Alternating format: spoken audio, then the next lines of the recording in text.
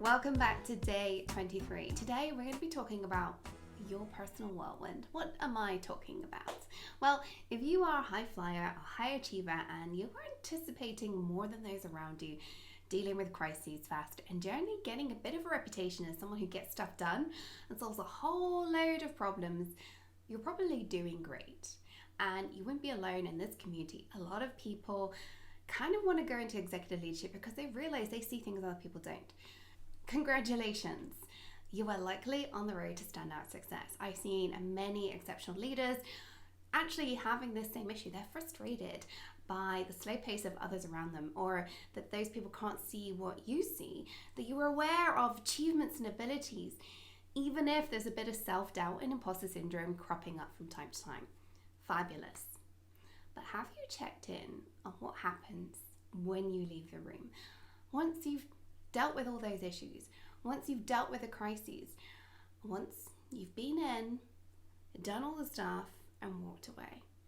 Now, if you're anything like me and many of the women I've worked with, when you realize you have this ability that seems to be absent from many of your peers, it's both exciting and frustrating at the same time. You just want to fix stuff and move on. You don't understand why everybody else isn't seeing it.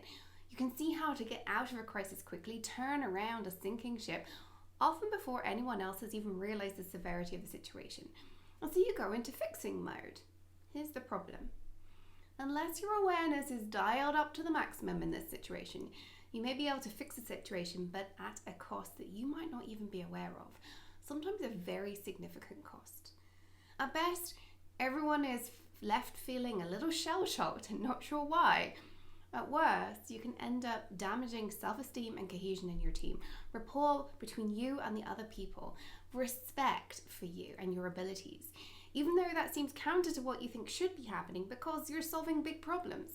I could go on, the list is a big one. I've even experienced bosses taking responsibilities off me because they thought I was super stressed out. My personal favorite. I made the situation worse than it needed to be, or at least that's how they felt. Interesting.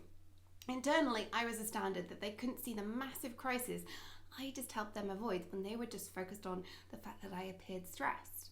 Clearly, they didn't see what I was seeing. Here's the thing, in every one of those situations I've personally experienced or that I've now coached other great leaders through, there is one commonality amongst the huge variety of situations and problems being tackled. The leader involved, and I include myself in that, hadn't dialed in to how the people were feeling and bringing them along with them. In the moment of a crisis, it can feel like the last thing you have time for is to worry about people's feelings. But without your team, what is there? As a leader, they are your second most valuable asset after, oh yes, you, remember, you are your most valuable asset. So treat them with the respect they deserve. Yes, they didn't see the crisis and you did, but that's part of why you have the job you have or why you're on the way to that next role after all. And that's what we're trying to build for you.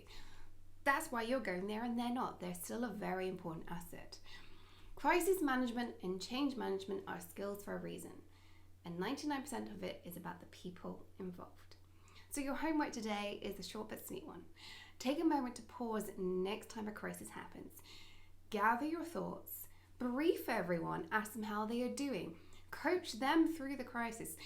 I know this will take time, but believe me, things will go smoother, even though in the moment it feels easiest to just dive in and to fix things yourself.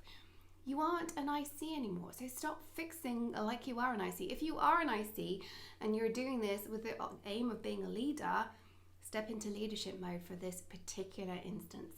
Lead your team through the change and through the crisis, and you'll all come out the other side better for it.